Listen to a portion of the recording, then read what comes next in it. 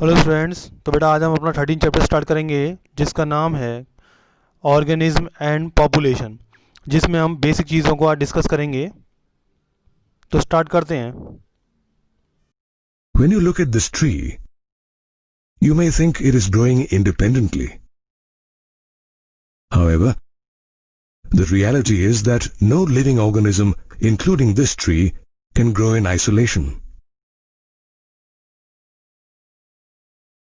Every organism is surrounded by a host of abiotic and biotic components of the environment with which it continuously interacts. For example, this tree is influenced by a number of abiotic components such as temperature, water, light, soil, and wind, to name only a few. On the other hand, different biotic components such as pathogens, parasites, predators, and competitors of this tree also play an important role in its survival. Just like this tree, we too are constantly interacting with our environment.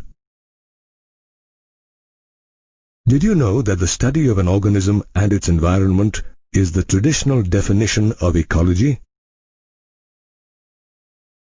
Although various ecologists define it differently, ecology invariably studies the interactions among organisms and between the organism and its abiotic environment. It is studied at 4 levels of biological organization. Interestingly, the abiotic environment never remains constant all year round. All places on Earth experience different seasons due to the tilt in the Earth's axis and its revolution around the Sun. Owing to the varying intensity and duration of solar heat, you find variations in temperature and precipitation at different places on the Earth. Annual variations in temperature and precipitation are responsible for the formation of major biomes such as deserts, rainforests, and the tundra. If you carefully study biome distribution, you will notice that the mean annual temperature and precipitation is less in the tundra region. Compared to deserts, precipitation is better in grasslands, although temperatures may sometimes be a little higher. The rainforests experience good rainfall throughout the year, though temperatures in the tropical rainforests are relatively higher than those in coniferous and temperate forests due to their proximity to the equator. The climate in the rainforests is so amicable that they are inhabited by nearly 40 to 75% of the world's species. It is believed that many new species of flora and fauna are yet to be explored in these rainforests. In India too, we find major biomes such as deserts, tropical rainforests, deciduous forests, and coasts. Apart from climatic changes, each biome is also affected by local and regional variations, which have resulted in the formation of a wide range of habitats. Some of these habitats are favorable, while others are harsh. The Valley of Flowers in Uttaranchal and the hilly regions of North, Northeast,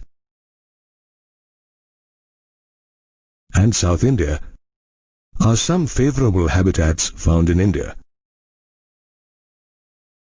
while some harsh habitats include the scorching Rajasthan desert, perpetually rain-soaked Meghalayan forests, permafrost regions in the Himalayas, mountain tops, boiling thermal springs in Uttaranchal and Sikkim, and deep ocean trenches in the Indian Ocean. Life exists in all these habitats, regardless of whether they are favorable or harsh.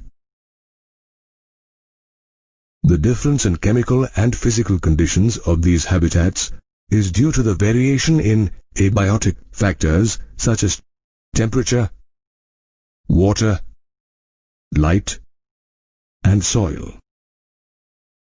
Apart from interacting with abiotic factors, the organisms also interact with the other living organisms in their habitats, such as pathogens, competitors, parasites, and predators. This is the reason why organisms differ from habitat to habitat. For example, the plants and animals in the Rajasthan desert are different from those in the Meghalayan rainforest. It is assumed that organisms have evolved or modified themselves over time through natural selection to survive and reproduce in their respective habitats. For instance, desert plants have developed special mechanisms such as spongy stems, which aid in storing water. The leaves, too, are reduced to tiny pointed spines, which decrease the loss of water due to transpiration.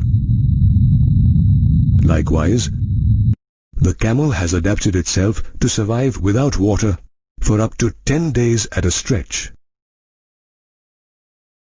On the other hand, plants growing in rainforests have developed special mechanisms such as leaves with drip tips and thick, waxy surfaces which allow water to run off. Moreover, some climbers grow on tall plants to receive sunlight. In this way, every organism slowly adapts to the physico-chemical conditions of its habitat as well as its biotic components to survive and reproduce.